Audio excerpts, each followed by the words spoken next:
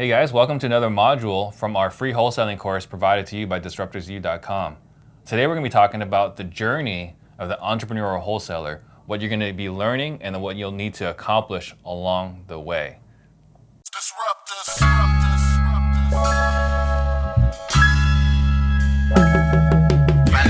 Yeah, see, we real estate disruptors. As you start this journey, what you'll learn in the very beginning is that you're not actually in the real estate business. You are in the sales and marketing business. Every business, it doesn't matter what widgets you sell, is in the sales and marketing business. So what you're going to be starting with initially is learning sales and marketing. And this what it usually sounds like is, where do I find leads? Where do I find sellers? What are the best lists to pull? This is marketing. And we'll talk about that in a second. And the second part is sales. Because once you've found those sellers, right, you've pulled the list, you've skip traced it, you're in front of them, now you got to close them. So I just want you guys to start off in the first phase. We're going to talk about multiple phases, but phase one is sales and marketing. When you're starting off marketing, there's two different types of marketing. There's the low cost, high effort. This is going to be cold calling, door knocking, managing text messages, and driving for dollars, okay? And there's nothing wrong with that process. A lot of us started this way. So this is the low cost, but high effort source of marketing. The other type of marketing is high cost, but minimal effort. I want you guys to look at this as a way to get the phone to ring, the way to get people to call you. So what does this look like? This is generally spending money on TV, direct mail, pay-per-click, maybe SEO. But the point is you're getting the phone to ring.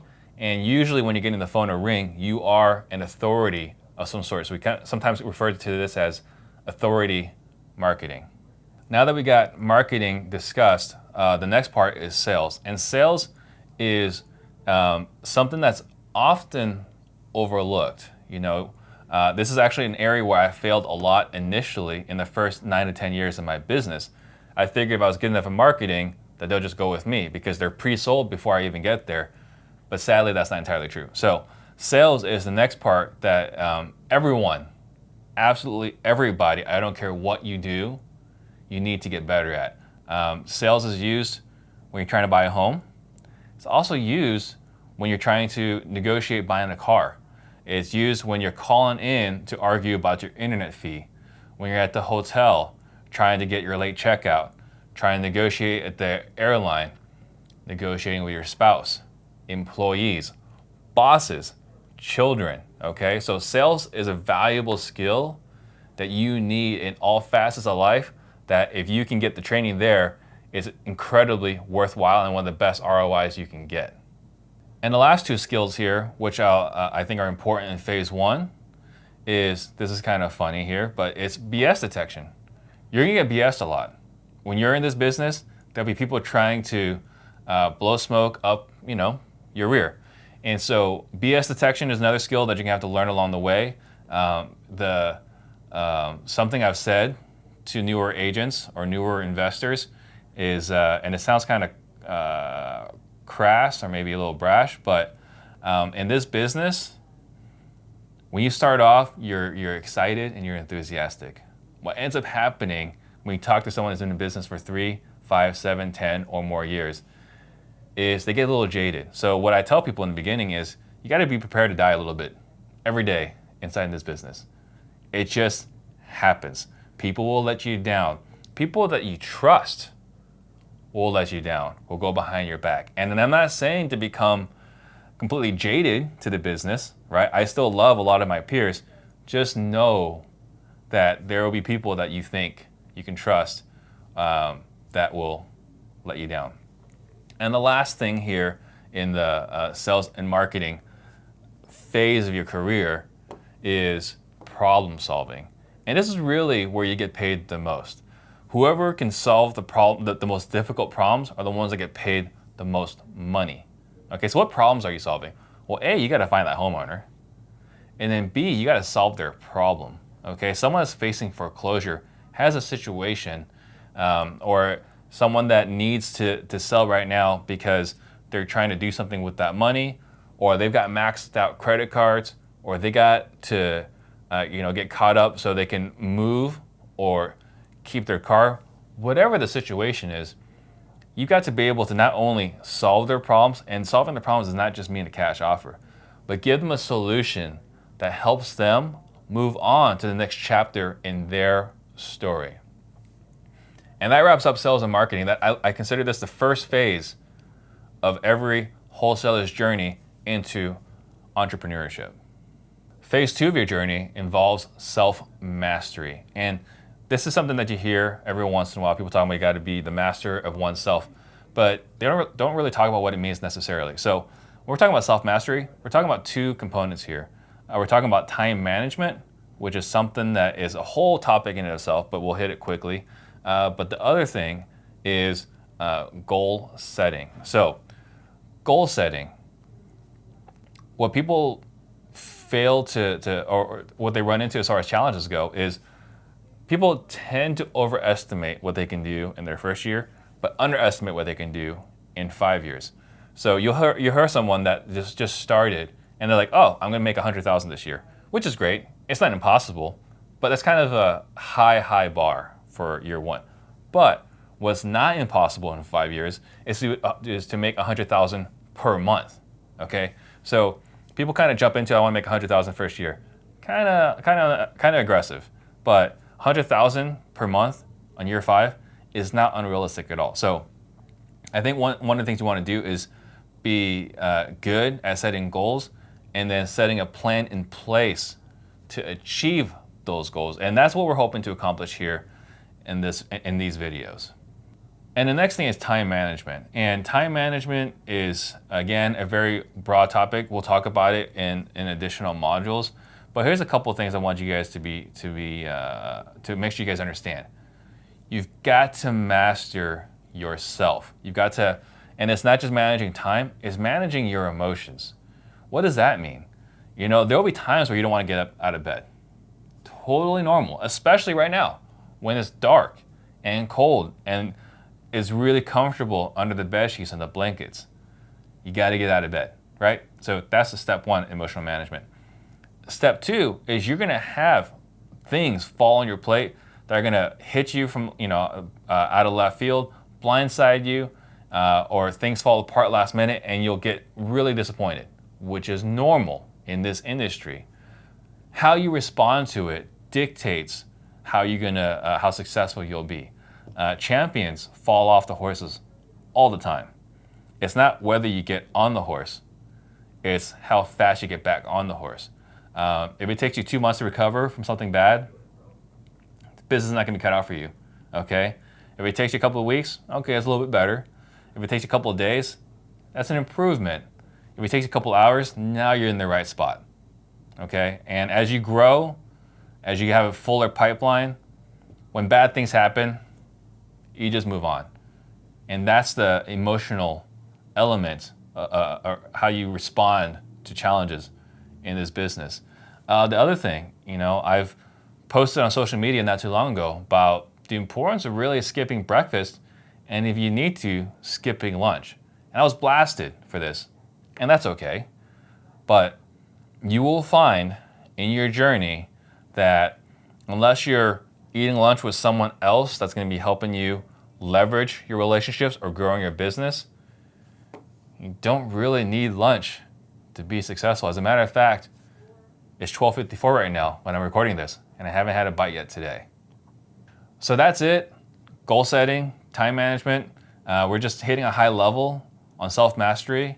We will go into more modules later on about it, but that's what you need. So phase 1 is sales and marketing. Phase 2 is self-mastery. And in the next module, we'll talk about the rest of the phases that require adding people into your organization. And guys, once again, don't forget, we do have our book, Active Listening 2.0, in the Amazon store. We'll be sure to post a link below. If you want a competitive advantage in this crazy market where everyone's calling the same seller, everyone's calling the same list, be sure to pick up Active Listening 2.0 so you can be better in the living room or on the phone to lock up more deals.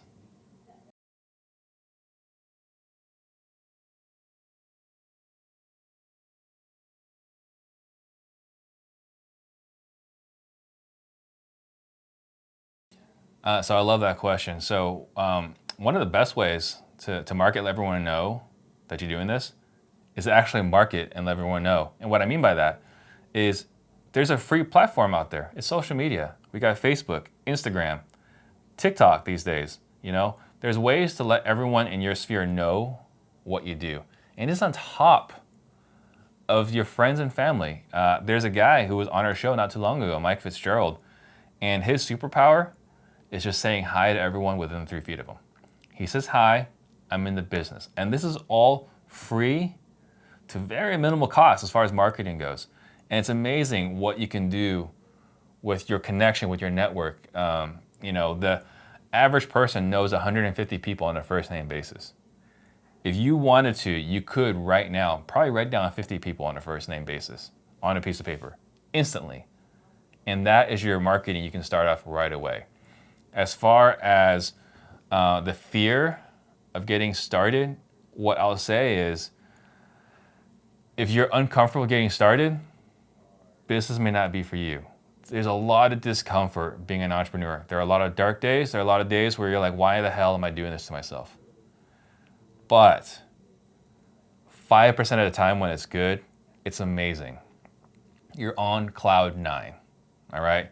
The euphoric highs you get, you feel like you're in a utopia. Everything is right in this world. You're like Tom Cruise in, what was that movie? Where he's a sports agent, right? He's just driving with the window down and he's singing Free Fallin'. That's how you're gonna feel on the good times. The lows are tough. I'm not gonna sugarcoat this. The lows are tough, but the highs are absolutely amazing. The things you get to do when you can power through the first couple of years in this business, it's absolutely incredible, and I could not encourage it enough.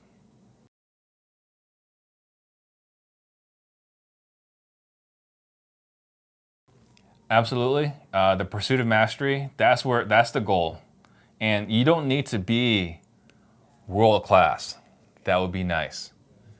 You just need to be in the top few percentage. And the top few percentage is really those that are willing to work a little bit more. And again, I'm not saying you need to be working nonstop. It'd be nice, but you just need to work harder than 90% of your competition, right? 90% of your competition, they're going to disappear. So you just need to work harder than them. So as long as you're willing to put in the effort to be not even the best, just be in the conversation with the best, you will create a lifestyle that can give you more time freedom, more financial freedom, and really just overall a better lifestyle.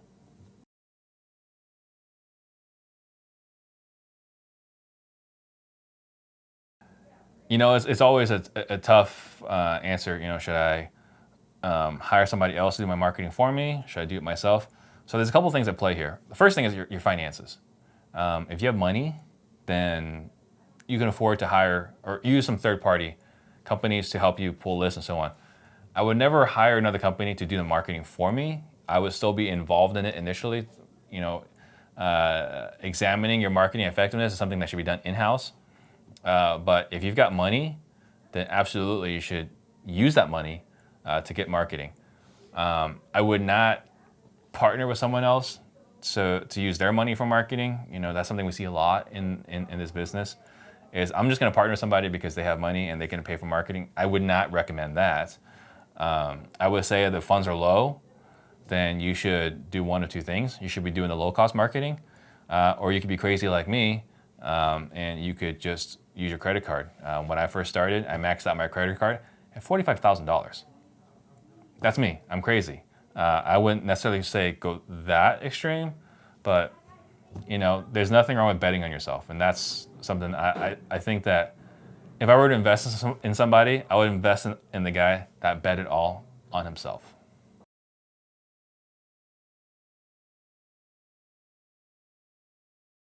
It's a very fascinating question. Figure out what kind of person should we hire for sales, or what kind of person that what kind of characteristics and qualities we're looking for in a salesperson. I I think the things we're looking for is tenacity, but I would say for me personally, and this is definitely not something that is a blanket statement across the industry, but for me personally, I'm looking for someone that's got high integrity, who is not going to overpromise and underdeliver. I'm looking for tenacity. I'm looking for someone that's willing to keep going until the problem is solved. I'm looking for resourcefulness. I'm looking for someone that is not just a one-size-fits-all person. You know, we are not a commodity. We're solving difficult problems, and we get paid very well to solve difficult problems. And you can't solve difficult problems if you can't solve problems. And the last thing I guess I would say is the ability to think on your feet, because you're going to get hit from all angles when you're in this business. So the ability to be calm and poised in difficult situations, resourceful to be able to give them answers, the tenacity to call as many times as necessary to get the deal closed, but then when you finally contract the property, you're operating with the highest sense of integrity and ethics.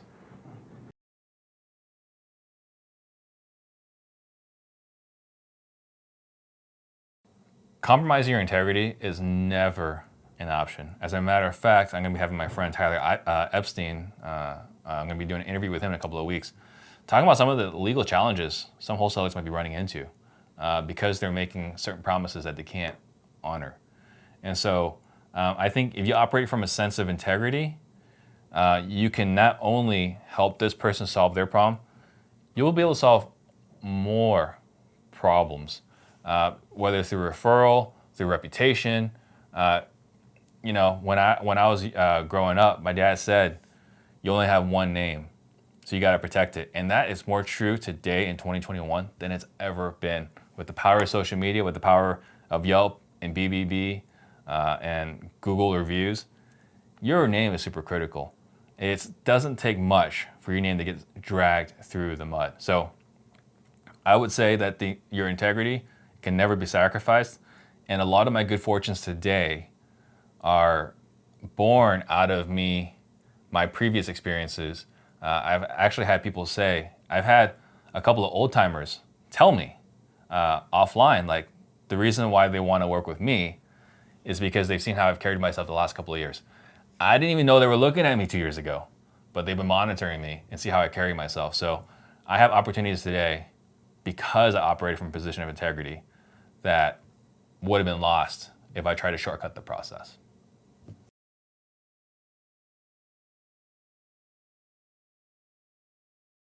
As far as master goes, you know, the old saying Bruce Lee says, I fear not the man who has practiced 10,000 kicks one time. I fear the man who has practiced one kick 10,000 times.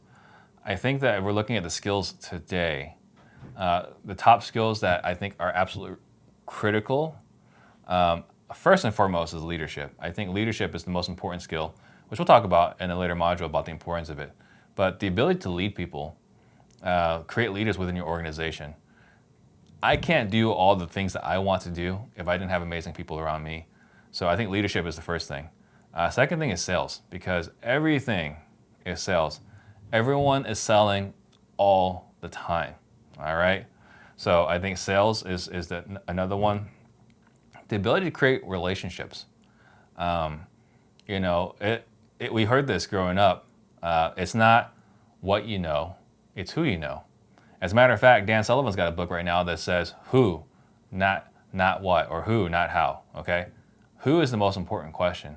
So the ability to create relationships, I think is the other one. So I think leadership, sales, and networking, I think three are the most valuable skills. And I think a lot of the other necessary functions that you'll need to run a successful business will fall under those three skills.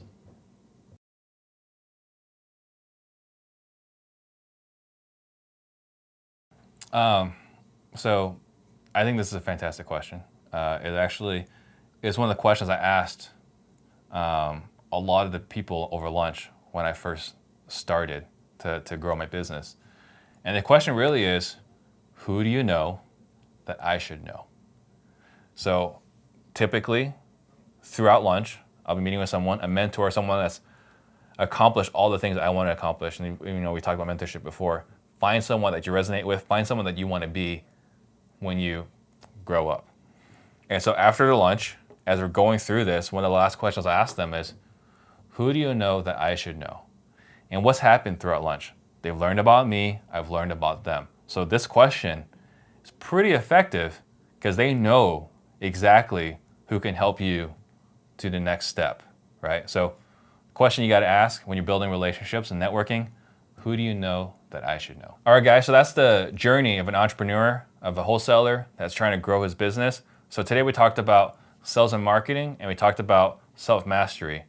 And in future modules, we're gonna be talking about leadership, systems, people, and everything else you're gonna need to be well equipped in your journey as an entrepreneurial wholesaler. Disruptors.